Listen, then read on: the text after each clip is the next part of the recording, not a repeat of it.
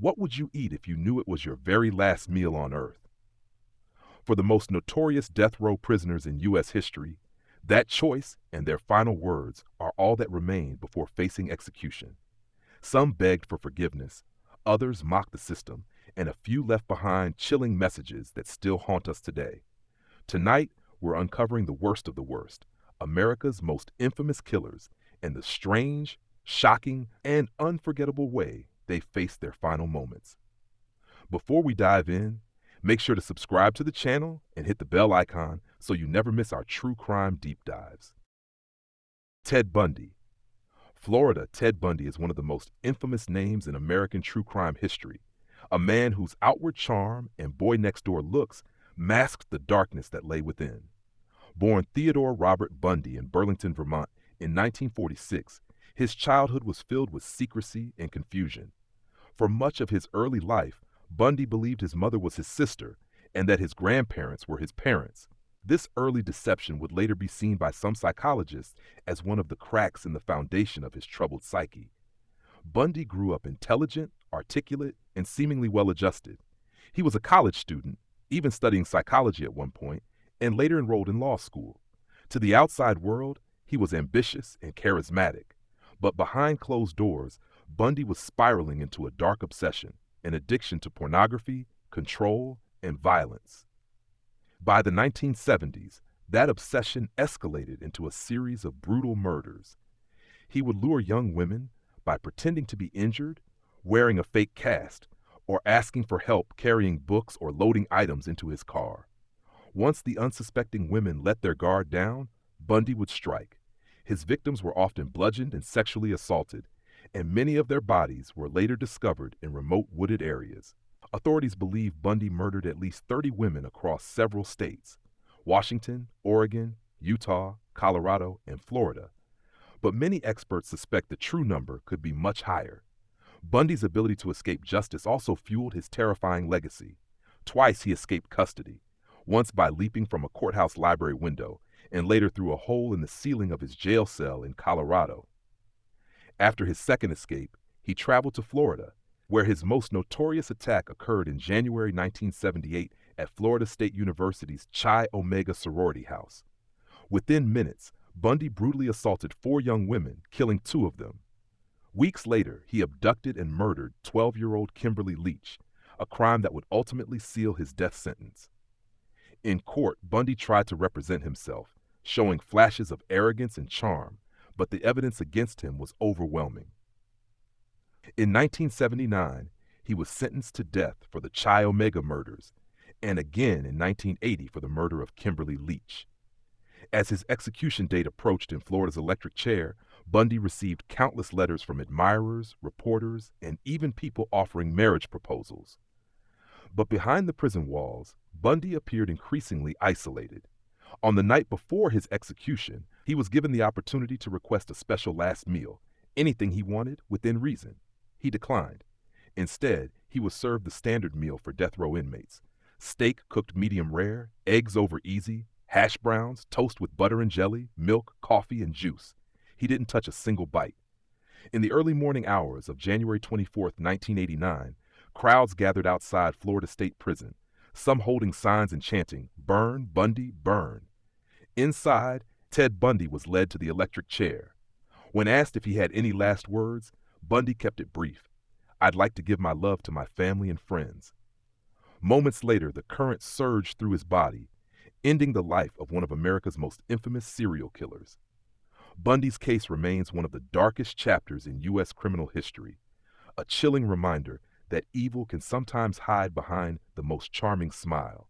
His refusal to eat his last meal and his final words of love to his family stand in stark contrast to the horror and devastation he left behind.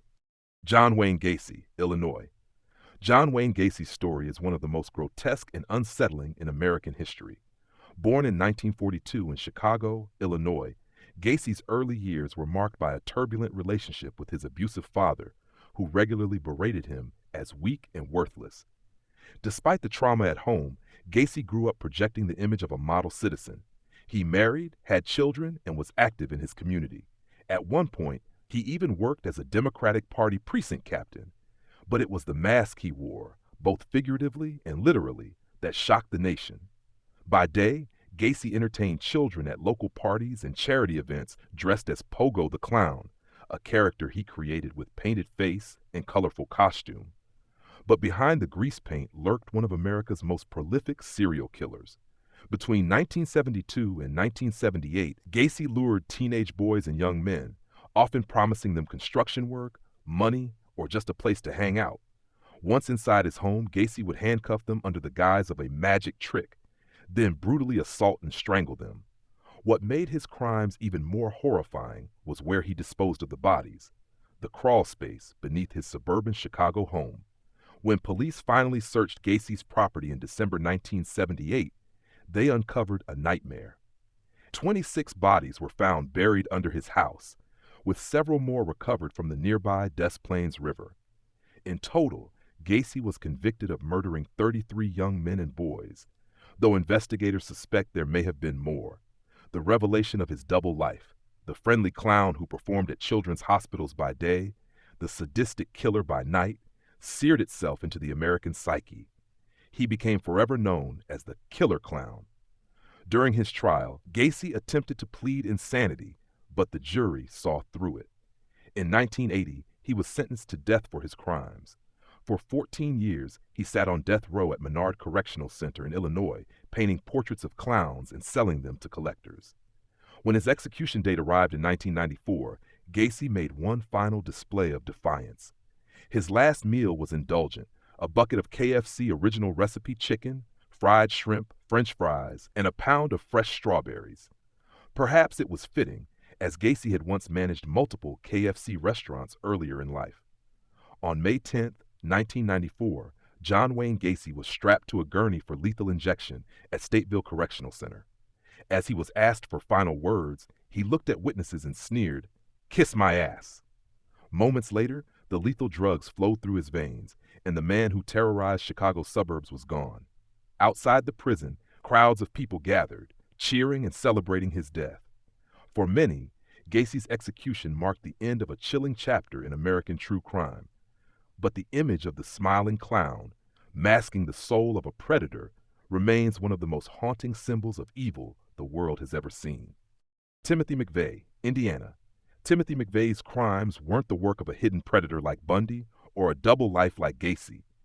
His attack was something else entirely, an act of calculated domestic terrorism that shook the United States to its core.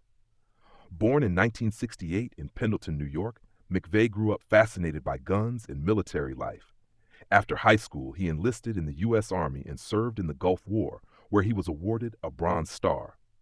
But after leaving the military, McVeigh became increasingly radicalized. He developed deep resentment toward the federal government, fueled by events such as the 1992 Ruby Ridge standoff and the 1993 siege at Waco, Texas, which left dozens of Branch Davidians dead. To McVeigh, these incidents were proof that the government had overstepped its power. On April 19, 1995, McVeigh put his anger into action. He parked a Ryder rental truck filled with a homemade fertilizer bomb outside the Alfred P. Murrah Federal Building in Oklahoma City. At 9:02 a.m., the massive explosion ripped through the building, killing 168 people, including 19 children, and injuring hundreds more. It remains the deadliest act of domestic terrorism in American history. McVeigh was arrested just 90 minutes later, not for the bombing itself, but for driving without a license plate and carrying an unregistered firearm. Within days, investigators tied him to the bombing through forensic evidence and witness testimony.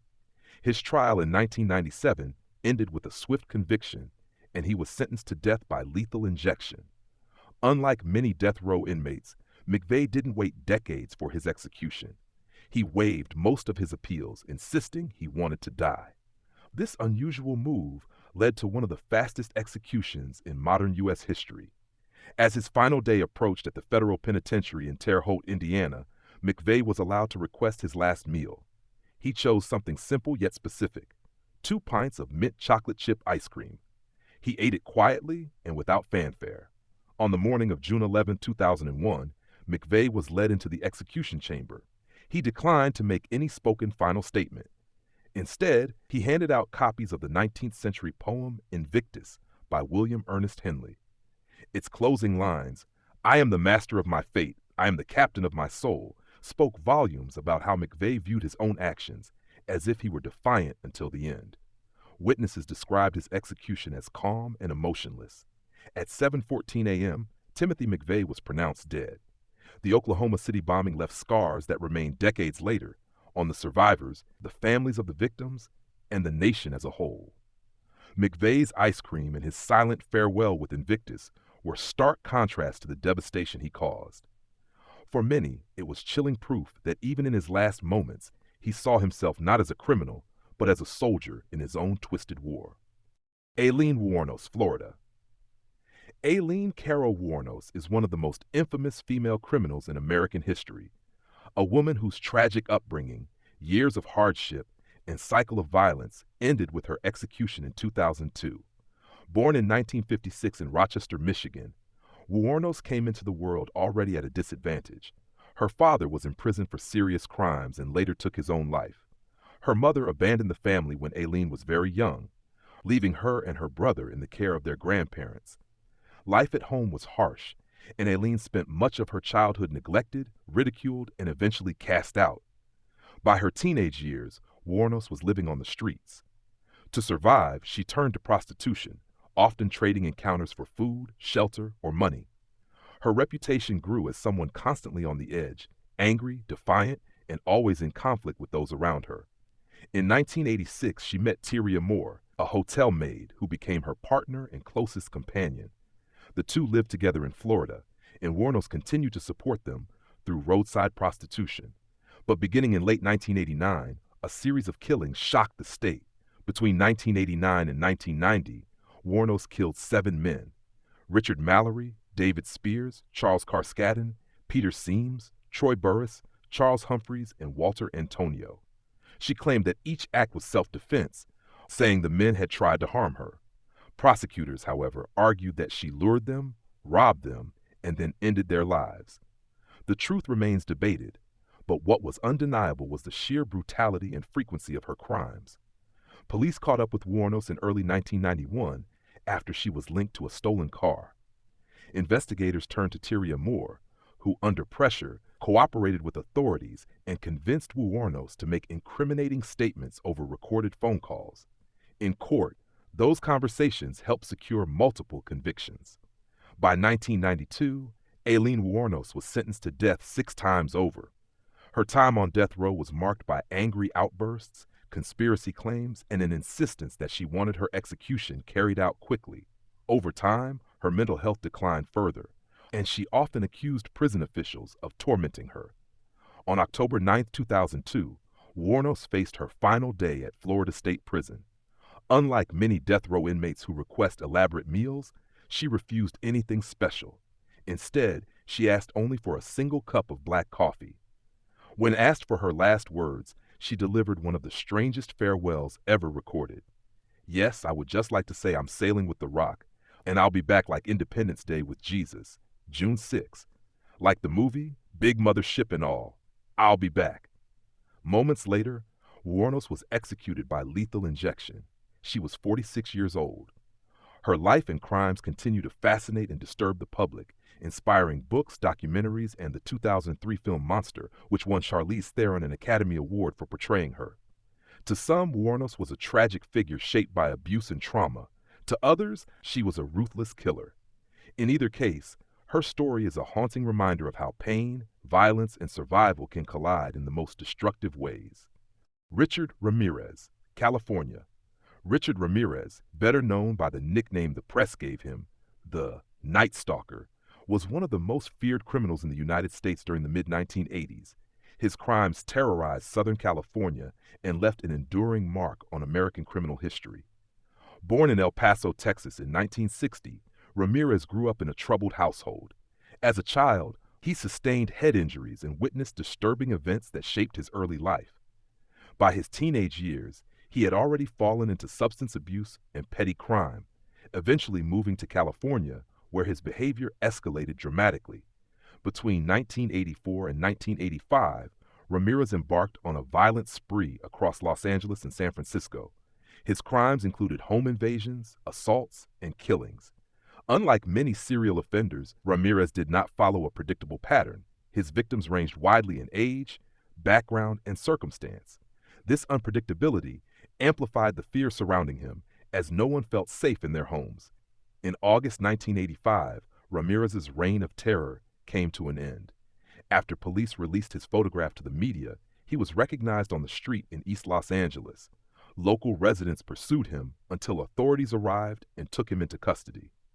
His arrest was met with relief and celebration across California. At trial, Ramirez was convicted of 13 murders and numerous other serious charges. In 1989, he was sentenced to death and sent to San Quentin State Prison. His courtroom behavior was marked by arrogance and disturbing displays, which only deepened the public's perception of him as remorseless. While he was sentenced to death, Ramirez never faced execution. Instead, he remained on death row for more than 2 decades, spending his days behind bars while continuing to attract media attention. In 2013, before the state could carry out his sentence, Ramirez died of natural causes at the age of 53. Unlike others on this list, Ramirez never had a last meal or final words delivered at an execution. Still, his case remains one of the most infamous in U.S. history. To this day, his name evokes the climate of fear that gripped California in the 1980s. Ramirez's story is a stark reminder of how one person's actions can ripple across entire communities, leaving behind scars that last long after the criminal himself is gone. Carl Panzram, Kansas. Carl Panzram is remembered as one of the most disturbing figures in early 20th century American crime, a man who openly admitted to his acts of violence, theft, and destruction with chilling pride. His own words, recorded in his prison writings, revealed a life consumed by anger and a total rejection of morality. Born in 1891 in Minnesota, Panzram grew up in poverty, raised in a strict household where punishment was often harsh. As a child, he quickly fell into trouble, committing petty crimes and running away repeatedly. By his teenage years, he was already cycling through reform schools and prisons. Instead of rehabilitation, these experiences hardened him, and he later claimed that the abuse he suffered in those institutions only fueled his hatred for society. Panzram lived much of his adult life as a drifter, traveling across the United States and even overseas. He boasted about committing countless burglaries, setting fires, and attacking people wherever he went. In his confessions, he admitted to killing at least 21 individuals, though he suggested the true number could be even higher. His crimes took place in multiple countries, making him unusually far-reaching for his time. By the late 1920s, Panzram was imprisoned at Leavenworth Penitentiary in Kansas. It was there that he murdered a prison staff member, hammering the final nail into his fate. He was sentenced to death by hanging. Unlike many condemned prisoners who fought appeals or showed remorse, Panzram welcomed his execution. He declined a special last meal, showing no interest in the traditional ritual of a prisoner's final request. On September 5, 1930, when guards prepared to carry out his sentence, he expressed no fear or hesitation. As the noose was placed around his neck, Panzram spat out his final words with defiance. "Hurry it up, you Hoosier bastard! I could hang a dozen men while you're fooling around." With that, Carl Panzram was executed. To this day, he is remembered less for the details of his individual crimes than for the cold way he embraced them. His autobiography, written while in prison, remains one of the most unsettling documents in criminal history, a window into the mind of a man who never sought forgiveness, never claimed redemption, and never pretended to be anything other than what he was. Thomas Grasso, Oklahoma. Thomas Grasso's crimes were as brutal as they were senseless, and his final words became a strange, almost surreal footnote in the history of American executions. Born in 1962 in Oklahoma, Grasso grew up in the shadows of a troubled life. By his late 20s, he had already spiraled into drug use, theft, and instability. In 1990, while living in Tulsa, he committed the crime that would ultimately seal his fate. On Christmas Eve of that year, Grasso broke into the home of 87-year-old Hilda Johnson. He strangled her with her own Christmas lights, stealing $8 in loose change and the television from her house. The sheer cruelty of the act stunned the community. An elderly woman killed in her own home during the holidays for almost nothing. Grasso fled to New York, where just months later he killed another victim, an 81-year-old man named Leslie Holtz, during a burglary. He was arrested soon after and in 1991 sentenced to 20 years to life in New York for Holtz's murder. But Oklahoma demanded his extradition to face justice for the killing of Hilda Johnson. That request was granted, and by 1995 he found himself on Oklahoma's death row. As his execution date approached, Grasso made headlines for the elaborate nature of his last meal request. He asked for 24 steamed mussels, 24 steamed clams, a Burger King double cheeseburger, 6 spare ribs, a half-dozen barbecue chicken wings, 2 milkshakes, half of a pumpkin pie, strawberries with whipped cream, and a can of SpaghettiOs. On March 20, 1995, hours before his execution, the kitchen staff delivered his meal. But instead of SpaghettiOs, he was given plain spaghetti. Grasso ate the feast, but could not resist pointing out the mistake in his final moments. As he was strapped to the gurney for lethal injection, witnesses leaned in to hear his last words. Grasso spoke clearly and firmly. "I did not get my SpaghettiOs. I got spaghetti. I want the press to know this." With that peculiar complaint, Thomas Grasso was executed by lethal injection at the age of 32. His last words have since become infamous, not because of their depth or defiance, but because of how trivial they seemed compared to the gravity of his crimes. For many, they underscored the unsettling contrast between the horrifying violence he committed and the almost absurd detail he chose to highlight before his death. The last meals and words of these infamous prisoners are haunting reminders of their crimes and the heavy shadow they left behind. While some showed remorse, others mocked the system until their final breath. Which of these stories shocked you the most? Drop your thoughts in the comments. And don't forget to subscribe for more chilling deep dives into crime, punishment, and history. Thanks for watching, and until next time, stay safe.